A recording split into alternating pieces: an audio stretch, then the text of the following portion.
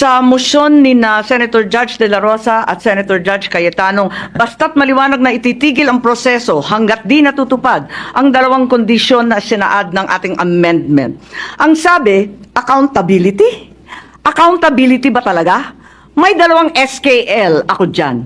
Una, SKL, share ko lang. Share ko lang na si VP Inday Sara ay sinampahan ng kaso sa Komisyon ng Audit, ang COA, sinampahan ng kaso sa Supreme Court, sinampahan ng kaso sa iba't iba pang korte, sinampahan ng kaso ng Department of Justice, pati na rin ng PNP, at sinampahan ng kaso ng disbarment. At kanina lamang, may panibagong isasampang 612 million na namang confidential fund ng OVP at ng Department of Education. Walang tigil na kaso. Kung accountability ang tunay na gusto ng mga birit ng birit, bakit hindi paghusayan ng mga kaso para panagutin si VP Inday sa mga yan? May multa yan, may kulong if ever mapatunayan. Aba, damang-dama ang accountability kapag ganyan.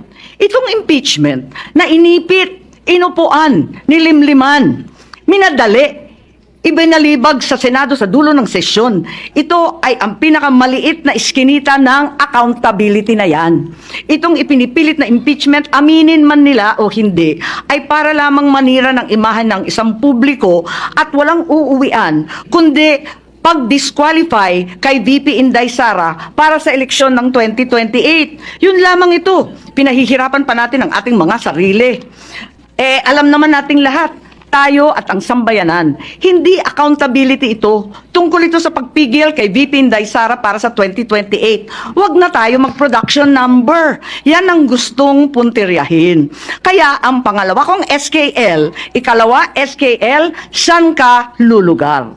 Kapag umuo ka sa pagpatuloy ng impeachment, magpadala ka sa mga ambisyoso ng 2028. Kapag pinadismiss o pinaremand mo naman, sasabihan kang pinoprotektahan mo si Inday.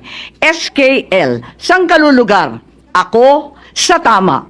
Magpakatotoo tayo, mga kapatid na hukom at senador. Malayo pa ang 2028. Maraming gutom at naghihintay ng serbisyo mula sa Senado. Hindi tanga ang Pilipino. Alam natin ang motibo at tunay na pakay ng mga lulong sa ambisyon at kapangyarihan. Maraming salamat.